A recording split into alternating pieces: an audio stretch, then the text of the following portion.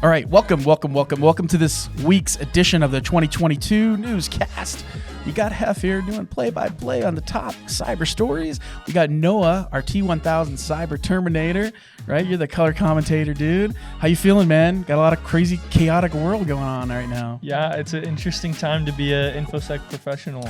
It is. It is tough to keep up with the news. So as always, we provide all of the linkies from this week's top stories in our weekly threat intelligence email. You can subscribe to that on our website. Please hit the like button, subscribe. We love subscribers. We love your comments too. It shows that you appreciate all the work that we do to try to put together these little episodes. And of course, if you want to get notified, hit that bell icon.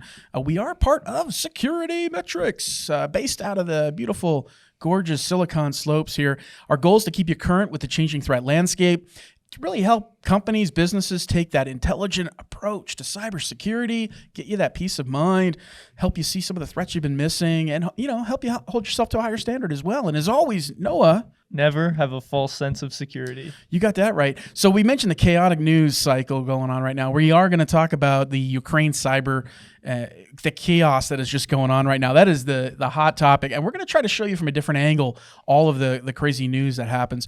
Of course, we are going to talk about the most advanced malware ever discovered.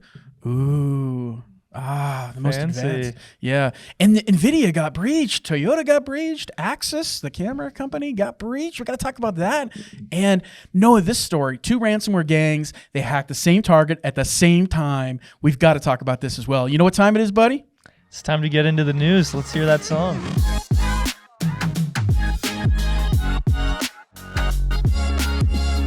All right, Noah, our top stories, man, they are fighting like lions. That was the headline that I read the other day.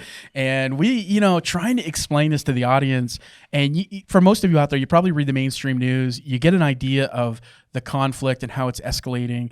But really what we wanted to do is kind of approach it from the cyber side of the house and give you an answer and some ideas of what's going on. And especially not just what's going on and who all the players are. There's a lot of people, a lot of different activities and threat actors involved in this situation, but we want to also talk about some lessons learned. What can you gain from this? Because there's a lot of precedent-setting events and activities that are happening on the cyber forefront. So with that in mind, Noah, do you have any idea how many different hacking groups are right now involved in this cyber war? Oh, so many. And different hacker group collectives, individuals. There's the IT army in Ukraine. Yep. There's these ransomware groups that based out of Russia that are siding with the Russian government. Yeah. Suspicious. We've got nation states. So the state sponsor guys are involved, the hacktivist groups. We also got Anonymous. They're in the fro here of this war. And what we wanted to try to do is kind of paint a picture for you of what the heck is going on out there and how crazy is it. So we did mention Conti. Conti is back in the news. Conti, of course, they swore their allegiance to the Kremlin. We're going to talk about that story in a minute here. And then the Ukrainian civilians are banding together. Wouldn't you love to have this, the IT army, Noah? Right, yeah. Having IT practitioners in a military sense is so interesting. It is. And there's a bunch of hacktivist groups coming out of Belarus that are supporting and trying to stymie all the troop movements of Russia. We've got to talk about Anonymous and what they're doing. So here we go. The first thing I want to talk about is this. There are so many new varieties of malware. And I know for us, it's been really hard to try to keep track of all the different new flavors. And they're really quite deadly. More deadly than what they normally are.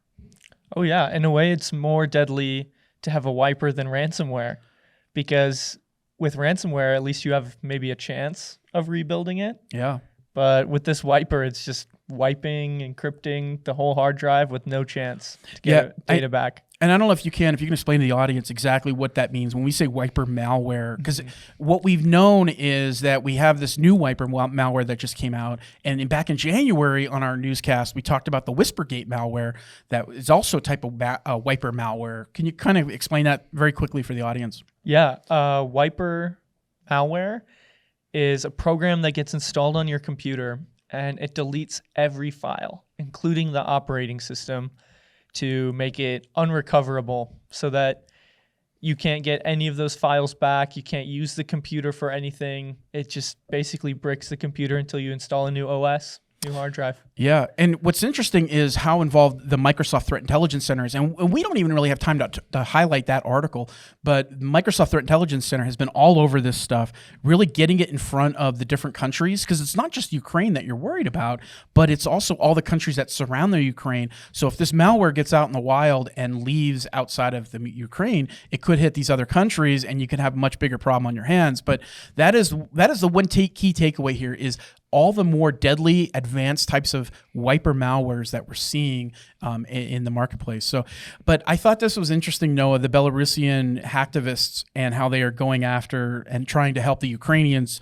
So I don't know, did you happen to see how they're destroying? I think I saw today on the news that they were destroying the train systems. They went after the fire suppression systems on the trains to try to stop the trains from getting into the Ukraine. Did you happen to see that? That's one way to do it. That's really interesting. I mean, it's akin to physically blocking a train track or physically disabling the trains. Yeah. But that's a big part of this. So you have these hacktivists involved. And then we've also mentioned on the other side of the house, all these different players that are supporting Russia. And one of them is Conti. And this past week, a bunch of chat logs were leaked from Conti, and the Conti ransomware gang, expressing their support of Russia, hundreds and hundreds of messages. They even had, Noah, 200 Bitcoin addresses with about $13 million in payments that were uncovered in this. And this is not the first time that Conti's infrastructure got hacked. If you recall, we talked about it last year on our show, November 2021, Conti's recovery servers were hacked because of a vulnerability. So these guys have some work to do to try to shore up their infrastructure. But beyond that, we're seeing how much support there is for the Ukraine, how much support is for Russia, and Conti is definitely one of the bad guys on the planet. So SWIFT is another thing that we need to talk about. In the SWIFT financial system, what's happening right now is cutting off banking access. So the Ukraine has begged the United States, begged Europe to disconnect Russia from the global financial system known as SWIFT.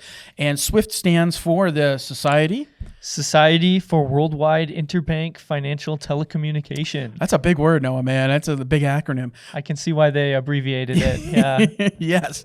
But, without SWIFT, for Russia to connect to the banking world and get payments and make transactions, boy, that is really devastating for them to cut them off like that.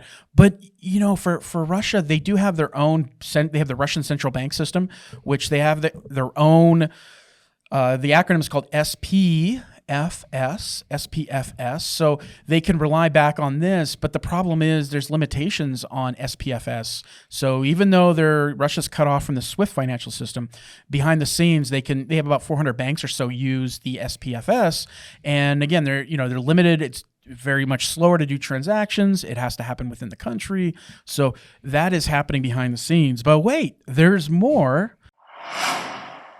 Noah, right? We got to send in the cavalry, buddy. Yeah, people on Twitter and other online communication boards are banding together under the name Anonymous to hack Russia. Yeah. And we got to talk about this, man, because there is so much amazing activity, the playbook. And if you want to follow along with this story, the best thing you can do really is get on Twitter and subscribe to the Anonymous Twitter feed. I can't stop hitting the refresh button, Noah, and just seeing like what's happened next, what happens next. And we're going to try to describe very high level, summarize some of these things. So just today, as of the date of this recording, a bunch of leaked documents came out from Anonymous showing that the war against the Ukraine was approved on the 18th of January. So all these documents got pushed out that shows the troop movements and what their plans were on how to seize the Ukraine.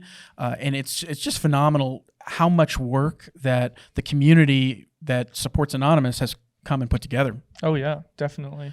So the other thing that Anonymous put out a couple days ago, they said, go to Google Maps, go to Russia, find a restaurant or business, and write a review. And I thought, wow, man, that's a pretty brilliant way to attack a country. But I don't know how much damage it would do. But so flooding Google Maps, flooding Yelp, and writing bad reviews and what's happening in Ukraine. What they're trying to do is to bypass Russian blocks on the news. So those reviews that Anonymous is telling people to write of Russian businesses include pictures of the conflict and descriptions of the conflict that the Russian media doesn't want their citizens to know about. Which is brilliant. I mean, you think about how do you get around those restrictions if you don't have a VPN? Right. You're pretty much screwed. And the way to do it is to go to Google Maps and so on. But unfortunately, as of this morning that we recorded this, recent increase in activity, Google Maps has decided that we're going to put additional protections in place that'll help monitor, prevent any sort of content that violates their policies. Yeah, who knew that pictures of war might violate the content policies for the review of an ice cream shop? Right? You know? Yeah. I mean, you're going to see the pictures of war on the news, but yet Google does not want to see it in their software and stuff. So that just happened this morning. I know the other night that a radio station, Echo, out of Moscow, was taken off the air. That's just one part of the story. The other part of the story I found really interesting, Noah, is I'm watching this video of this guy trying to destroy one of the $8 million yachts that this oligarch in Russia has. Did you happen to catch any of that? I did. I saw that. So he was trying to sink it, I believe. Yeah. And this isn't the only attack against Russian vessels. Yeah, like airplanes and boats. Yeah. But these $1 million machines are being attacked, and people are destroying these Russian yachts and planes and so on. So Credit Suisse has come out and said, we're going to start destroying our documents that shows who owns the loans to these oligarchs. And Credit Suisse is trying to protect their own butt. They're trying to say, hey, we don't want people to know that this particular yacht or plane is owned by a Russian oligarch, and we don't want you to attack it because the bill hasn't been paid yet, man. Yeah. Just crazy. And who knows if it will with all these financial restraints and being cut off from SWIFT. How are they going to pay the payment on their yacht? And I've also seen now stories of there was a guy that did. He was tracking Elon Musk's plane on Twitter. He had like a Twitter feed. Now he's starting to track the oligarchs' planes and boats and all that stuff and publishing it. Where are their boats stored in which docks around the world? So pretty fascinating stuff. Another story, you highlighted this story to me about the Russian Nuclear Institute. Yeah, it looks like Anonymous or a group of people identifying under Anonymous were able to get into the Russian Nuclear Institute and publish a data dump. Yeah, 40,000 files, which is amazing, the amount of data that can come out of that. The problem that Anonymous has is they're hacking so fast and they're doing such a velocity of data dumps that they don't have enough translators to go in and decipher what information they actually have and what it would find value from. But, I'm sure if it got into the right military operation where they had the right amount of translators, they could very quickly get through this data dump. Oh, yeah. So fascinating stuff. You mentioned the IT army out of the Ukraine. What are they doing out there to try to help and stop this aggression? So it looks like they're doing some DDoSing against Russian targets. So I've seen on Twitter that lists of Russian websites, even IP addresses, have been listed with instructions like, all right, everybody, DDoS these IPs. And then there's a huge list of IPs and websites. And it seems to be working. Some of these sites have gone down. Yeah. It's amazing how organized it is. And we'll talk briefly about how Anonymous, how they've gone after some Russian news sites and trying to bring them down as well. But the organization that is coming out of the IT army out of the Ukraine is pretty phenomenal on what their intel is and what they're saying to do and instructions on where to go with it. I thought this story was really interesting too, Noah. Anonymous published the radio frequencies for the Russian military. Yeah, this is really interesting. Wow, Noah, think about that, right? The Russian military's primary communication is all shortwave frequencies. And what they're saying is, here it is. Here's the numbers. Here's all the digits that you need to know if you want to talk directly to Russian forces. Use these frequencies. I would have thought they would have been more encrypted. I would have thought, there would have been more controls there to protect. Yeah, I don't know much about radio, but does this mean that someone with a Hack RF1 or other software-defined radio, I guess they could communicate or intercept communications? Yeah. And I'm a ham radio guy. And of course, I find this stuff fascinating, especially knowing that here's the frequencies. You can go out, just put them in your ham radio. And if you get the right connection, you can possibly connect with these folks. And obviously you have to speak the language of Russia, but fascinating stuff. We did mention the 3 state agencies that Anonymous collectively have taken down. There was also previously last week, the Kremlin was taken offline, their website. A lot of government agencies and a lot of the Russian government agencies and Russian personnel, political leaders. Their data is being published on the web right now, their personal data, their PII. I thought this was cool too. A cybersecurity researcher is trying to help journalists. Imagine this, having somebody on the inside. You know, for a lot of journalists, they may not be familiar with VPNs and how VPNs work. And this cyber researcher is actually going out and just saying, hey, you need help connecting and punching a hole through the Russian firewall block here. We'll make it happen. All right, pretty fascinating stuff. And then another thing too is, you know, these large corporations never want to let a crisis go to waste, right? So Google said, hey, we're going to help account protections. We're going to help anybody that, you know, is in the country of the Ukraine. We're going to increase your security protections for people in that region. But, you know, Noah, they're not just doing this out of the kindness of their heart. I mean, you want to think that, but really they're doing what with this, Noah? Well, I think some of these businesses might kind of want some publicity from this conflict. Yeah, no doubt. I mean, turn it into a marketing event and sales event. And it's one way to look at it too. I mean, obviously they're trying to do their best to help, but at the same time, every time Google's in the news, they're getting a PR, you know, free PR out of this too. And it's not just Google that's doing this, it's Meta. You know, so the Facebook group, they're blocking a lot of Russian state media accounts in the Ukraine. They're doing it not just at the request of the Ukraine government, but they're doing it to block the finances of these Russian state accounts and the media, the advertising revenue that comes from these platforms. So right, yeah. The other thing that's happened in the news too is Ayush sent me this one about these electric car chargers. This is my favorite story to come out this past week. Somebody in Russia went to go charge their electric car, and when they went to plug it in, they noticed a different message on the electric car charger. It said some profane things about Putin. Yeah, we can't say the profane things. And then it said, glory to Ukraine. So somebody hacked the electric car charging infrastructure and set it to display their own messages, which is a pretty interesting hack. Yeah, what a way. Again, this story, the way this is playing out in the news, folks, it's just phenomenal behind the scenes. Even Elon Musk is not letting it go to waste either. Hey, you know, I got this Starlink satellite system. He's thinking, I'm just going to go first of all, I'm going to go activate Starlink service in the Ukraine. Anybody that wants internet that can't get out. And then he's also sending over, you know, thousands of satellite dishes. But I always question, well, how do you get that stuff distributed? You know, like, how do you get it through the border and then into the Ukraine? It's going to have to be like, you know, one by one. Here, I got this free satellite thing. Go take a look at it, you know, and set it up. It's just interesting how this is all playing out. Again, Elon Musk, not one, you know, he's doing this also, you know, goodness of his heart, but he's also, it's great advertising for Elon Musk. Oh, yeah. To get people to sign up for Starlink around the world.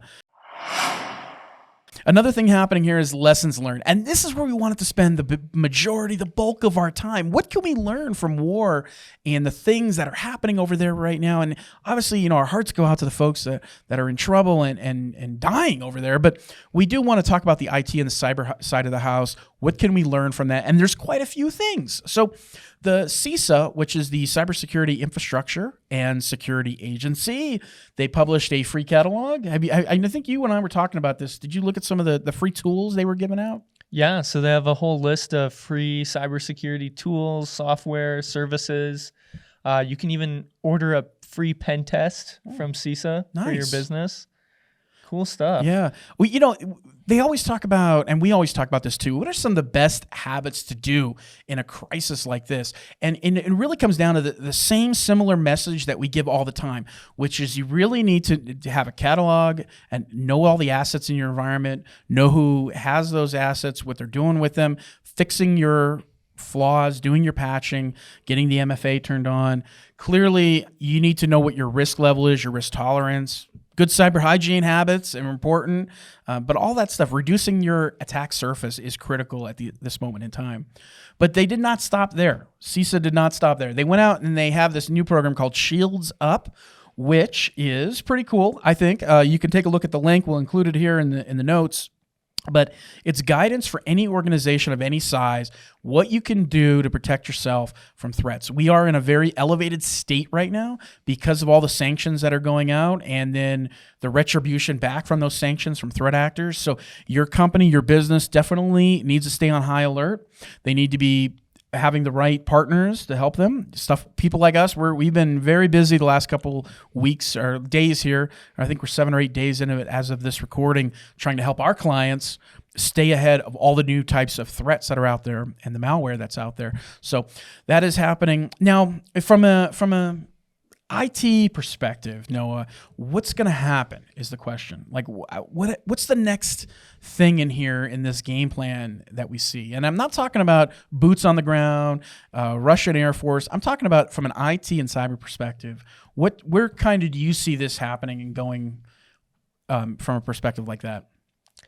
I do see how some corporations are kind of taking sides, working with Ukraine, or maybe it's a company or group that's working more with the Russian government. Yeah. And I think in the future that'll affect which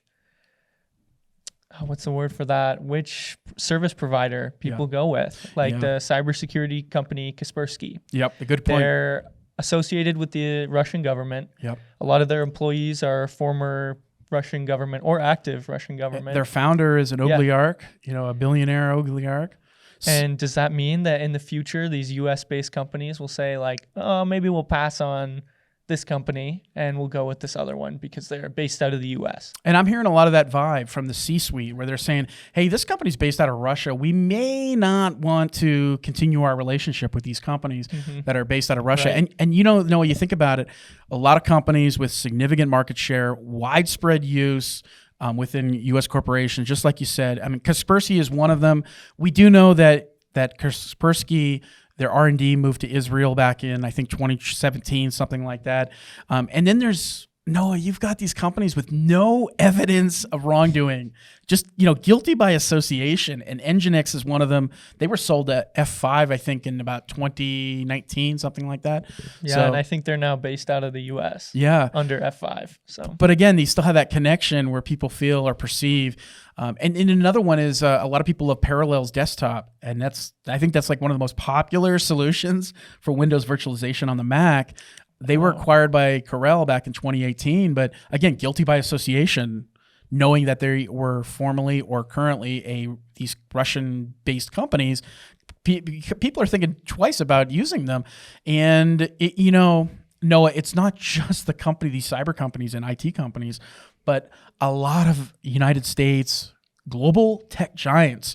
They're using Russian and Eastern developers, and why is that? Why do they use so many of them?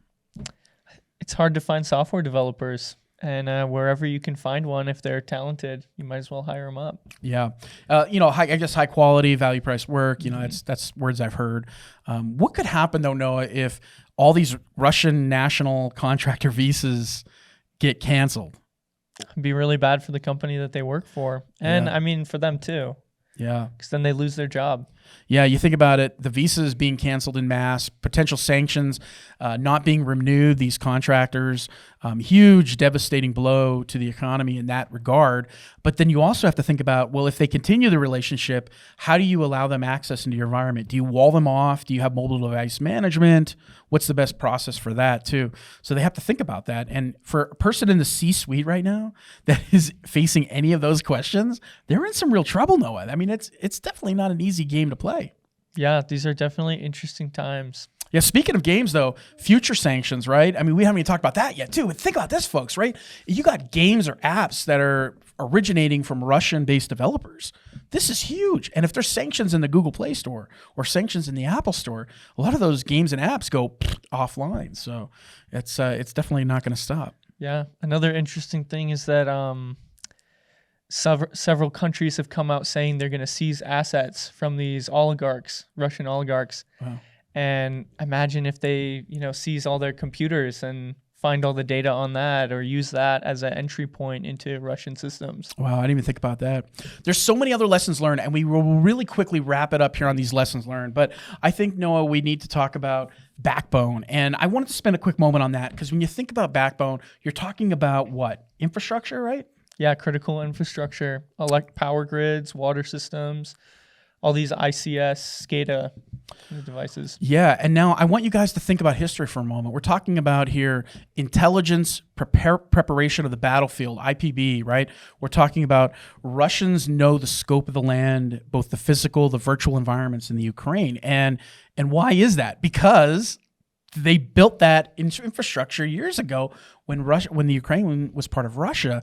So for Russia, their intelligence of the battlefield is so simplified and easy that it's kind of scary. How they know the Ukraine's infrastructure, they know the telecommunications infrastructure, the water infrastructure, all that ICS, SCADA, industrial control systems. They know all of it because it's Russian in origin. So it makes it a lot easier, and it makes it a lot easier too for prying Russian eyes to be able to see, have a window and a doorway into that environment, and it just makes it so much easier for Russia, but it really makes it impossible for you Ukrainian folks to try to defend any of that infrastructure, any of that environment. And we saw that several years ago when Russia hacked the Ukraine power grid.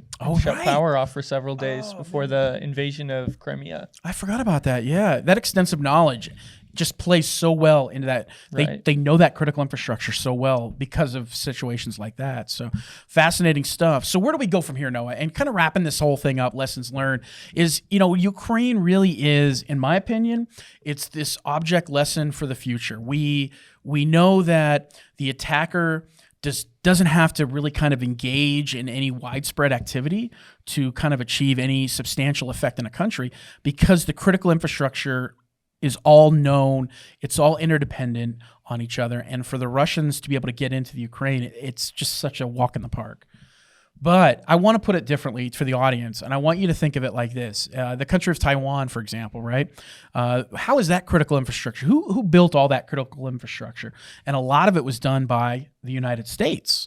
And if you think about it, if Taiwan were to fall to China, who would effectively own our U.S. infrastructure? The Chinese would have really good insights from that vantage point. They would have really excellent intelligence of the battlefield of how the United States infrastructure is set up. So we start to look a lot more like the Ukraine when you pitch it in that way. So, fascinating stuff. All right, so here we go. We'd love to hear you. Drop a comment. What do you think of the whole cyber chaos right now that's happening in the Ukraine? We'd love to hear your thoughts, your insights. And as always, we'll try to stay ahead of this. And we don't want to cover it too much and bore you or anything like that. But it is fascinating stuff, folks, that's happening out there. Yeah, precedent-setting times. Yeah, that's it really for sure. is. It really is. All right, let's switch gears. Let's talk about our top stories. And we got a bunch of top stories, Noah, that I thought were interesting that the audience may find.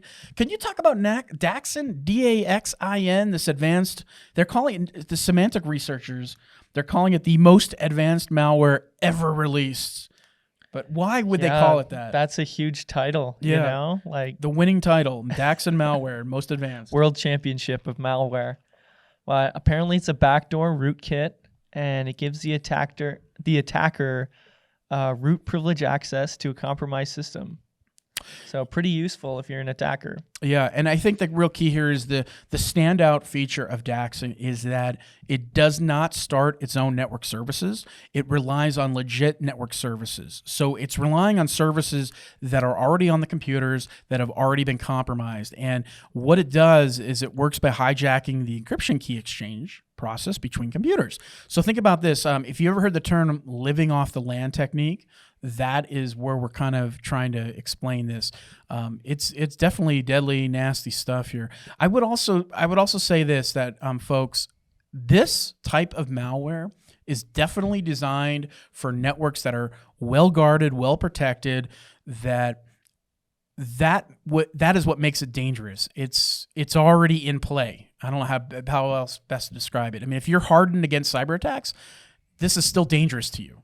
Exactly. Yeah, and that's what makes it like the most advanced malware ever. It's so hard to detect. It is. And so thank you to semantic researchers for publishing this stuff. And again, we'll stay ahead of it as this updates out. And again, there's so much new malware out there that it's hard for us even to try to keep track of all the different flavors of entanglement.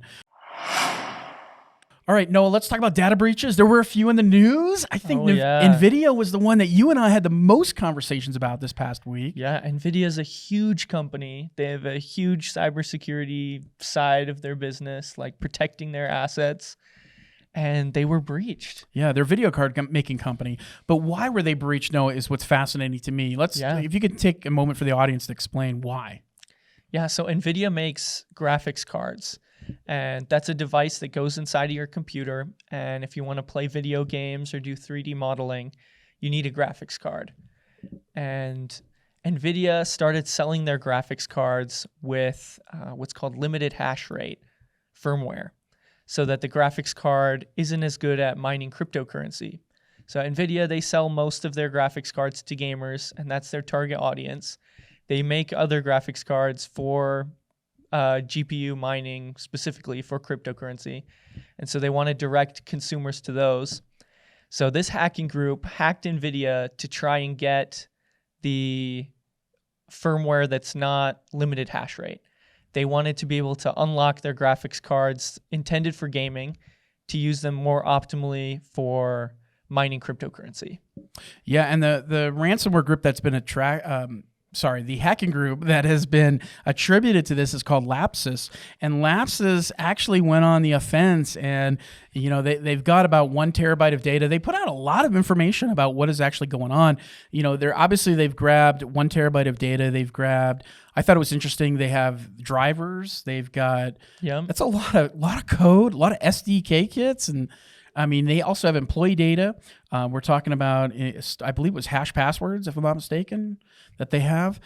So they have all this data. And the next part of the story is fascinating. NVIDIA, they really haven't acknowledged it. They really haven't come out in the news and say, yeah, we were breached and this is what's going on. Instead, they went on the offensive, Noah. How often do you hear about that? Companies going on the offense. Yeah, this is really interesting. Hackback. The hackers that got this data, they had to enroll a virtual machine in NVIDIA's MDM solution for managing their devices, so that these hackers, their device appears to be one of NVIDIA's. That's how they got this access, and NVIDIA found that out. And so because they have control over this device, they encrypted it, which is awesome. It shut these guys down, but they did have a backup. They made a backup. They made a backup of the data they stole. The hackers were good at making a backup.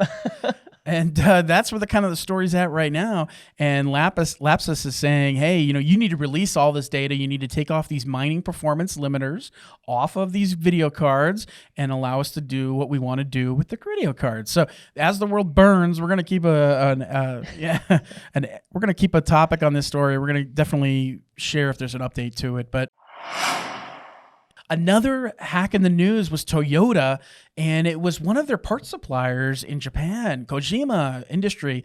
They actually got breached. Interesting though, Noah, a lot of these breaches that happen in Japan, we don't get a lot of information out of. There's not a lot of stuff attribution. We don't know who the attackers are, what their methods were, what their TTPs are, their tactics, their techniques. But we do know that they were breached and that the plant operation was taken offline back in February 28th. So that story's happening. We also want to spend a little bit of time on this. And Noah, I think this was an excellent example. The Swedish camera giant Axis got breached. It happened, I believe, February 20th. But what I loved about this story, Noah, is how they responded to the cyber incident. And you don't often see this in companies. And a big shout out to the Swedish camera giant Axis. They put a ticker on their website, on their main website, and it basically said something like, hey, this is exactly what went down. We're going to be very forthcoming and very open and candid. And you don't see that too often, Noah. Yeah, this was very akin to the RSA breach many years ago, where doing disclosure right away could have seriously harmed the business. But they decided to take that path anyway because they wanted their consumers to trust them. And they did. We do trust them because they came out and said right away, hey, this is what happened. This is what we're investigating.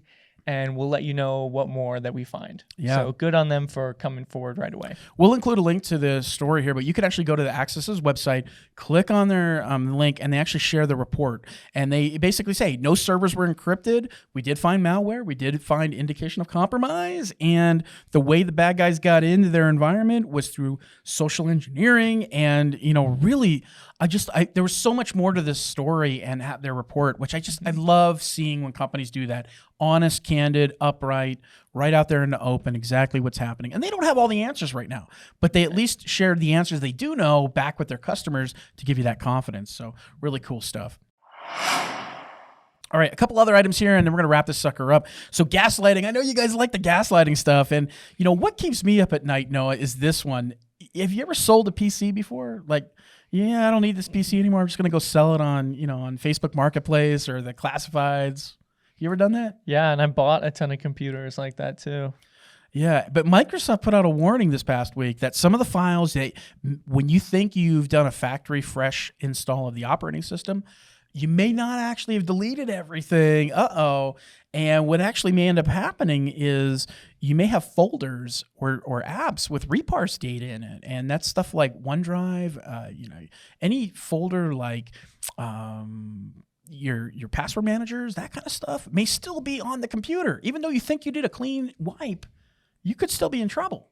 Yeah, that would be really bad. So if you're going to sell your computer, maybe take the hard drive out.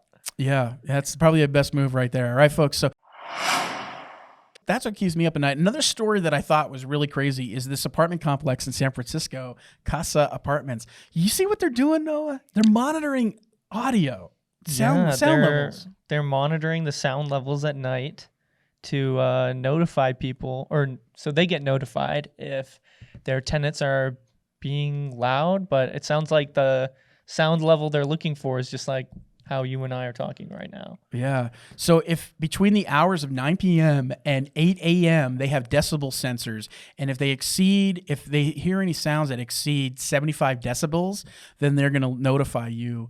And there's so many questions I got to have here, right? Like, how do you know that sound is attributed to that particular room?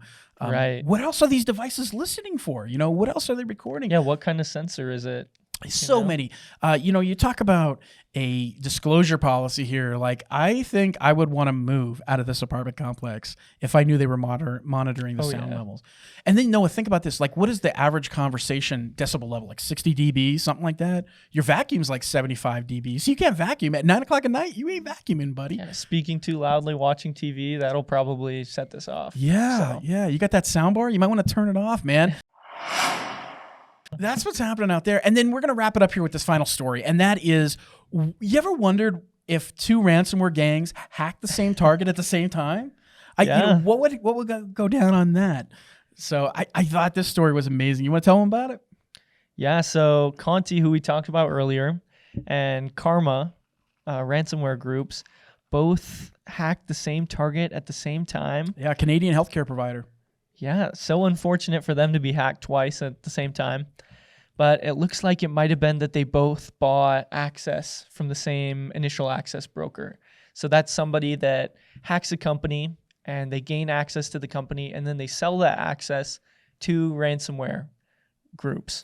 Yeah. And the first ransomware group, Karma, they got in first and they left a ransomware node. And then what happened, Conti came in behind them and Conti encrypted the first ransomware node. Isn't that amazing? And that's crazy. They did it through the Microsoft Exchange Server vulnerability that was out a couple months ago. And this is the kind of stuff, folks, that you think about time sensitive. The minute you get a notification or that something needs to be patched, you need to get on it right away. And they even had, I believe, compromised RDP credentials in the second stage of the attack, uploading all of the company's data to all the data that was stolen to a server. Crazy, man. I'm just... Yeah, talk about getting kicked while you're down. Yeah, yeah. It's like the bully on the playground has a bully friend, and he's coming over and beating you up twice. We always recommend a defense in depth type of posture, and that is really the takeaway with these two ransomware gangs. It's really, if you have that proactive, human-led threat hunting, the same stuff that we do here at SecurityMetrics, you have a real high probability at seeing these guys early in the kill chain. That is our episode for the week. I hope you had a good time. I know we did. I hope you learned something here, folks. Drop a line in the comments. Hit the like button. Show us that you appreciate some of the work that we do, all right? And I'm Heff. I'm Noah. And we are part of SecurityMetrics. Have a good one. Never have a false sense of security.